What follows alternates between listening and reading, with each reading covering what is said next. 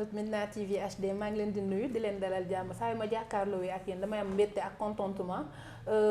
beneen émission bu bees mu di waxtaane ko nag tur day wuri borom ndax dañuy waxtaanee lépp li nga xamante ne moom la ñu war a waxtaanee ci nit ki. tey nag premier numéro bi dama ci dalal koo xamante ne macha allah bi mu ñëwee ci musique bi ak léegi yàggul mais bi mu ñëwee dafa apporter touche bu personnel kooku kan la kooku ndaanaan la macha allah bu wooyee nit ñi apprécier. bu solo nit ñi apprécier bu waxtaanee nit ñi kontaan kooku mooy kan kooku mooy Diaw maa ngi lay nuyu di la dalal jàmm ci Médina TV HD mais nag tey yaa ñu dalal fii ci studio bi. Sista maa ngi lay fay maa ngi kontaan trop tey ci dalal leen ci studio bi c'est un immense plaisir pour man di nuyu ñëpp ñi nga xamante ni tey ñoo ñuy seetaan ci chaîne bu mag bi donc di leen wax ni dal leen ak jàmm ci studio bi tey Diaw Diop di ngeen am comme invité. macha allah tey nag comme ni mu ko waxee Diaw Diop Didi la ñu am comme invité ci waxtaane ko Diaw sans plus tarder dañuy daal di tàmbali suñu émission tàmbali suñu waxtaan Diaw ñu ñëw tuuti rek ci say titres yi nga xamante ni day def buzz Diaw lan mooy sa secret ba titre yoo génne rek xale jigéen ñi daal di ko bëgg.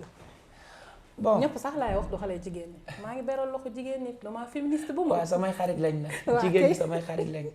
bon dañuy nekk di essayer di def loo xamante ni à chaque fois li ñuy liggéey. dañu bëgg di ci dem ak xol di ci dem ak benn détermination donc le reste nag suñu borom mooy mottali parce que kenn mënul yàlla rek moo mën donc tey ça fait plaisir nga génne dara nit ci adopté ko duñ def lu dul sant ci yàlla et gën a yokk di góorgóorlu parce que pour mën tey nit yi buñ la bëggee rek wala am fuñ la teg sas nañ la donc li la war mooy boo doon liggéey benn nga liggéey fukk pour tout le temps lu leen di bëggal ñun mooy nekk suñu fierté. ma gis bi leen Sénégalais di njëkk a découvrir sa premier titre da nga ñëw rek Sénégalais yëpp adapté ko lan mooy sa secret. Lucum. bon boobu je peux dire que tey peut-être Sénégalais yu bari boobu ñu ngi ma découvrir ci titre boobu. mais j'ai commencé à faire de la musique depuis tout petit. donc avant may génn Lucum fekkoon na d'abord j'avais déjà monté mon orchestre et je jouais un peu partout donc bi ma paree juste sama jàng ci laa ne là il est temps de monter benn. affaire boo xamante ni tey voilà sortir un single professionnel et yàlla def ñu génne lucum bi Sénégal yi adapté ko voilà mu nekkoon loo xamante ni neex nañu trop. mais je peux dire que peut-être c'est le fruit d'un travail boo xamante ni yàggoon nañ nekk ci ginnaaw di créer di jouer bañ a yàkkamti ba bi ñu xamee que ni nag c'était le moment opportun. on s'est dit pourquoi pas proposer ça aux Sénégalais. d'accord Didi ñu ñëw ci titre yi nga xamante ne tey ji mën naa ne say titre phare la mu di Zonzé ak Sañse ñu gis saa yoo ñëwee rek da ngay indi loo xamante ne xale yi moom la ñuy foowee moom la ñuy snabee moom la ñuy dàqee stress. waaw parce que tey pour man artiste boo gis da nga war a xool li nga xamante ni tey moom mooy xew ci jamono boobu et loolu lay entouré et tey ñun balaa ñoo gën a am lu ñu neex mooy tey ñun ñi nga xamante ni nit yi ñun ñoo leen di bégal ñoom ñooy gis seen bopp ñun ci li ñuy def. donc moo waral tout le temps damay mettre en avant li nga xamante ni ñoom dañ koy bëgg dañ koy fowee dañ koy café parce que tamit dañu toll ci étape boo xamante ni on a besoin de conquérir le public. et pour man pour conquérir public bi da ngay fexe loo xamante ni tey leen lii boo ko defee dina leen neex mooy waral tey foo leen woo ñu wuy si la fa. donc voilà tout le temps ci même lancé boobu la ñu nekk nii parce que comme balaa nga ni naam ne fa. tey on a besoin de vraiment faire partie de la musique sénégalaise. donc boo gisee par rapport ak style yi ñuy def c'est tout le temps pour lu neex nit yi rek ci loolu la ñuy dox. d'accord Didi comme ni ñu ko déggee rek bëri na titre yoo xamante ne bu ko génnee sénégalais dañ koy adapté bu ci mel ni Zonzé maa ngi ko doon wax léegi bu ci mel ni Sañse ak li nga xamante ne moo di premier titre mu def ko mu di lucum dégg nga li nga xamante ne loolu la ci wax Didi say son kan moo koy bind texte yi kan moo koy bind ndax riche na trop macha allah. bon man à la base je suis un musicien damay jouer instrument. donc maay bindal samay son maay structurer sama son maa koy arranger. voilà tout le temps on est au studio comme ni ñu gisee nii donc ñun bu weesoo dem jouer ji on est tout le temps au studio donc même bi ñuy jàng à l'université la musique c'était une passion boo xamante ni suñu temps libre yi ñu doon def yëpp bu weesoo les cours c'était de faire des recherches dans la musique. donc di en dehors man damay bind sax pour d'autres personnes. donc sama texte maa koy bind voilà maa ciy góorgóorlu daal. macha allah loolu am na solo ñu gis tamit musique fi mu toll nii ku wax xam ne metti na trop fi musique toll. yéen jafe-jafe nga ci jànkoonteel. non bari na comme tey ni nga ko waxee parce que malheureusement pour ñun suñu génération dañu tombé benn période boo xamante ni tey voilà y a plus d'industrie dans la musique et da ngay gis ni y a pratiquement plus de producteurs donc day metti ci la nouvelle génération boo xoolee bari na du ci man dañu ci bari ils font de l'autoproduction donc c'est très difficile parce que la musique demande des moyens dafa laaj xaalis laaj koom laaj toute une équipe derrière laaj loo xamante ni dañ lay structurer dañuy encadrer artiste bi carrément pour que tey musique bi mën a am fu mu jógee yegg fa malheureusement nag pour ñun suñu jamono tombé wuñ loolu parce que tey aussi producteurs yi mënuñu produire ci yow alors que duñu am retour sur investissement léegi Sénégal yi daal WhatsApp lañ lay xaar ne la yónnee ma ko donc vu que tey amatul lu ñu jaay donc producteur bu ñu investir seen xaalis mënuñu def retour sur investissement que lu dul sur des spectacles wala peut-être tey artiste bi am benn notoriété ñu mën a daw dàq ci yeneen sphères yi nga xamante ni fa lañ mën a amee donc retour sur investissement et c'est pas trop ça donc c'est difficile pour les jeunes artistes mais bon on s'accroche quoi. est-ce que du yéen tamit parce que bu ma la déggee nga ne nit ñi dañuy xaar nga génnee ñu ne la envoyé ma ko WhatsApp est-ce que du tamit artistes yi ñu yombal seen produit via les réseaux sociaux ay Instagram ay TikTok fu waay tourné rek mi ngi dégg seen son yu bees yi foofu est-ce que yéen tamit amu leen ci benn part de responsabilité. xam nga tey jamono day dox je pense que tey la artiste doon def bu njëkk ba di ci avancer léegi boo moytul boo ko defee da ngay reculer. la artiste doon def ëllëg mu doon nekk loo xamante ni moom moo koy empêcher pour mu évoluer léegi je pense que moom la artiste di def léegi pour évoluer et c'est pas seulement la culture mais je peux dire que c'est la société qui est comme ça parce que tey dem nañ ci monde boo xamante ni lépp dafa jaxasoo lépp dafa rumbulement quoi tu vois donc tey si bu ñu demee ba léegi nekk artiste dafa nekk lu accessible dafa yomb donc da ngay gis benn panoplie d'artistes. Donc si l'offre est supérieure à la demande donc c'est le consommateur qui gagne parce que tey ku ci nekk ci ñun day bëgg ñu dégg la day bëgg ñu gis la donc bu kii di jaay dërëm nga jaay 15 bu kii di jaay 15 yow nga maye donc peut-être jamono boobu la ñu toll alors que ci réseaux sociaux yi ak yenn plateformes yi c'était le moment pour que nit yi gën a riche parce que jaay bi ci lay gën a yomb ci la xaalis bi di gën a bare mais malheureusement amuñu ay structure yoo xamante ni mooy structurer musique bi pour que ñun ñu mën a jaay suñu produit léegi boo génnee sa son boo ko joxul nit ñi wala partager woo ko nit duñ ko dégg parce que les gens ne se fatiguent plus soxlawuñu ñu xool parce que te léegi son yi 1 mois 2 mois ñu pousse beneen daal di ñëw malheureusement pour nous donc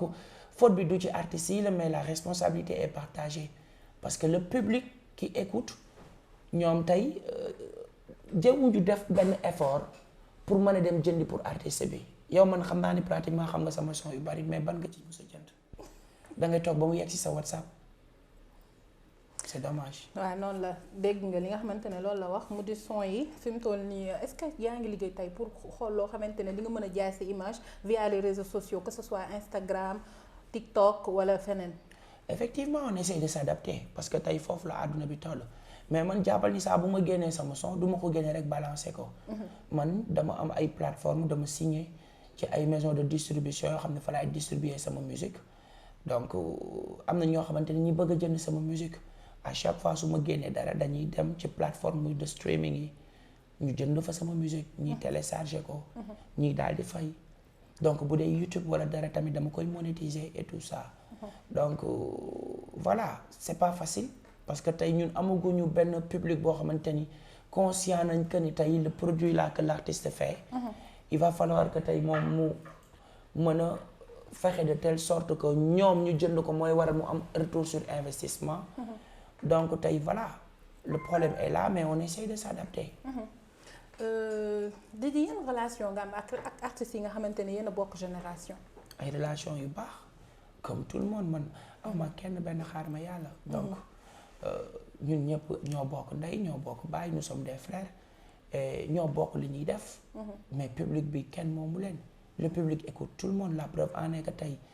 nit di nga déglu kii mu neex la nga dégg xëy suba déglu kële mu neex la donc c'est tous des frères ñëpp laa seexal jàmm man awma kenn xaar ma yàlla.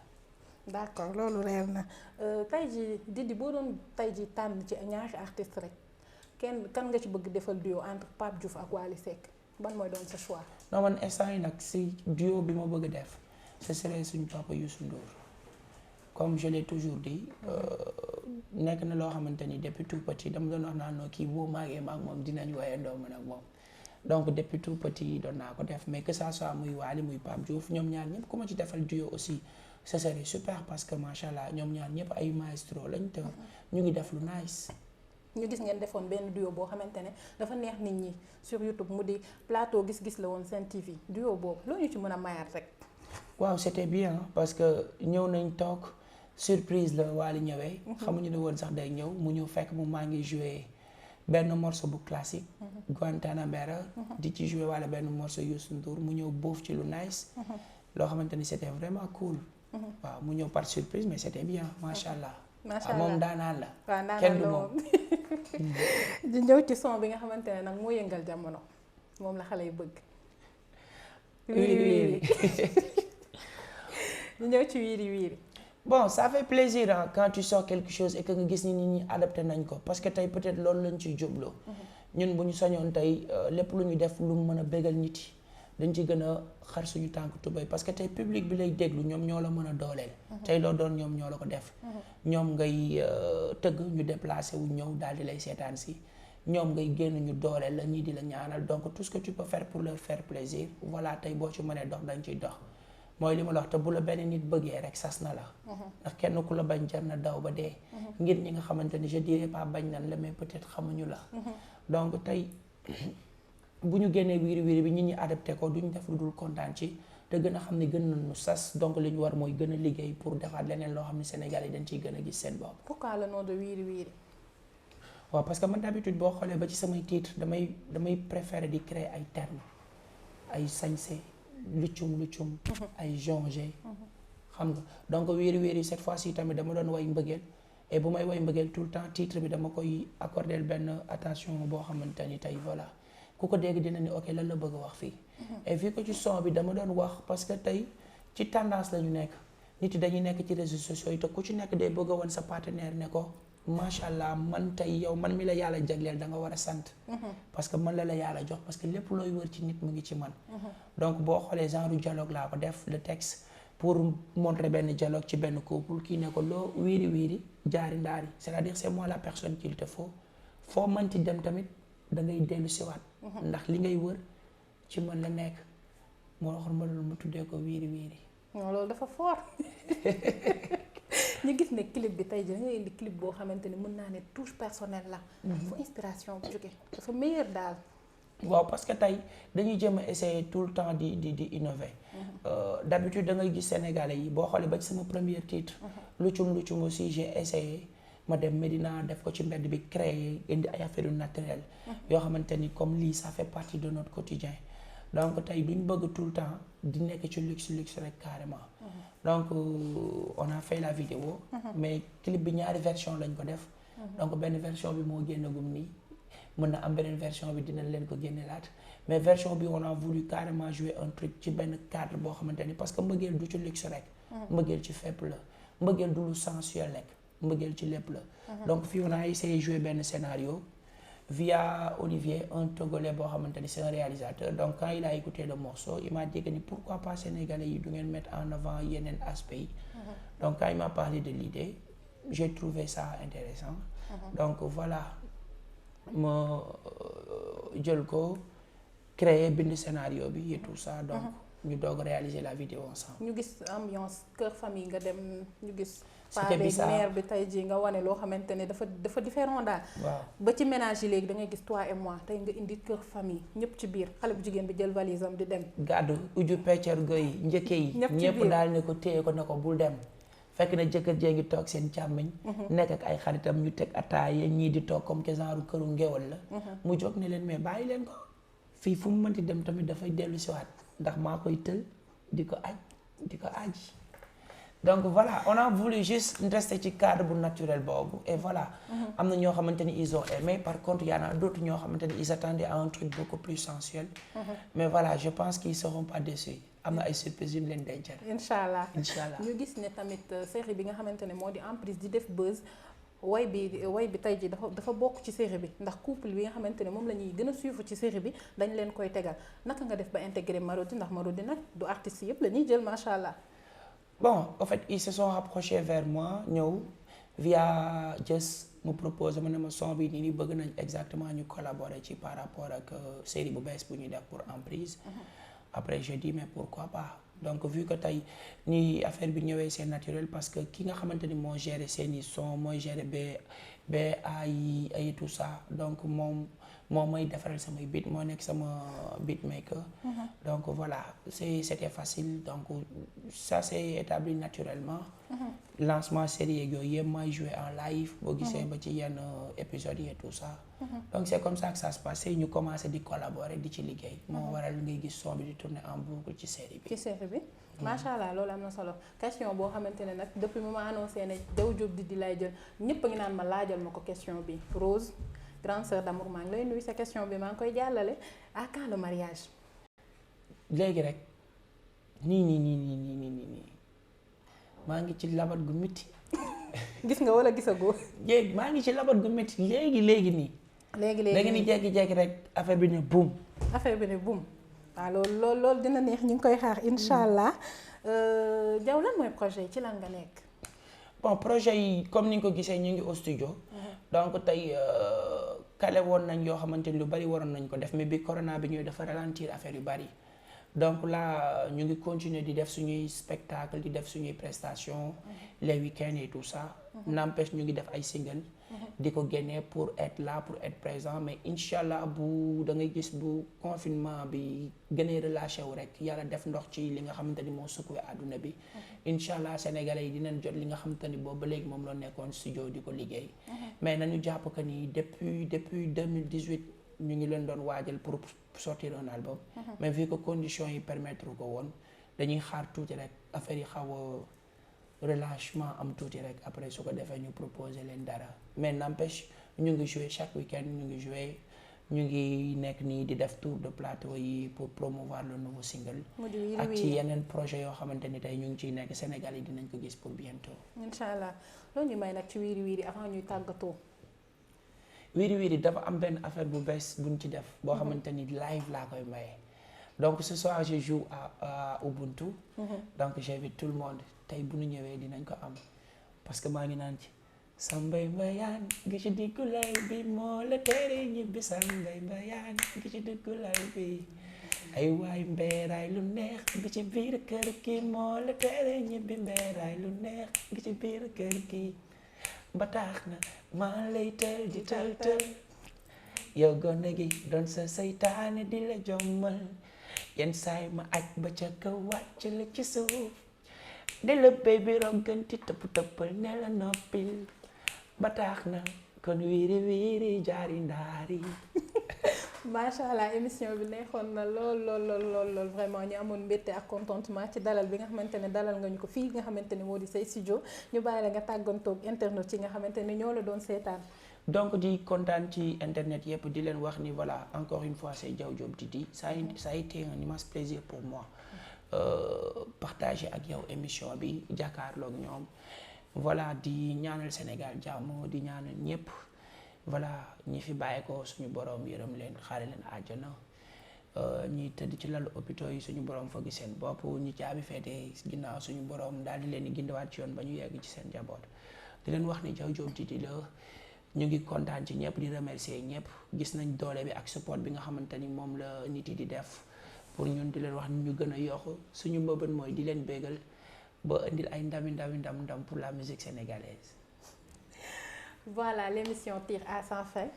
tey nag Diaw Diop Didi laa dalaloon ci émission waxtaane ko premier numéro bi mu ubbi ko mu nekk nag koo xamante ne macha allah dañ koy remercier mu dalal ñu jël temps wam ak toppatoo bi ak accueil ak ñi nga fekk ci studio bi yëpp ñu ngi leen di gërëm di leen sant di mënuma tëj émission bi nag te remercier wu ma ki nga xamante ne moo di Nabou sama grande sœur d'amour sonn lool ci émission bi maa ngi koy nuyu di ko remercier.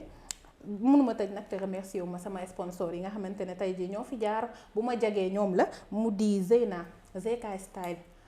dañ lay ñëwal sur mesure livré la doo fay dara macha allah maa ngi koy sant di ko gërëm numéro am di 77 712 53 33 Zeka Style na fa ñëpp daw dem ñawlu ji ndax yu baax lay def macha allah. make-up bi nag Fatoumata make-up moo ci jaar nekk fële ca Padois 77 445 87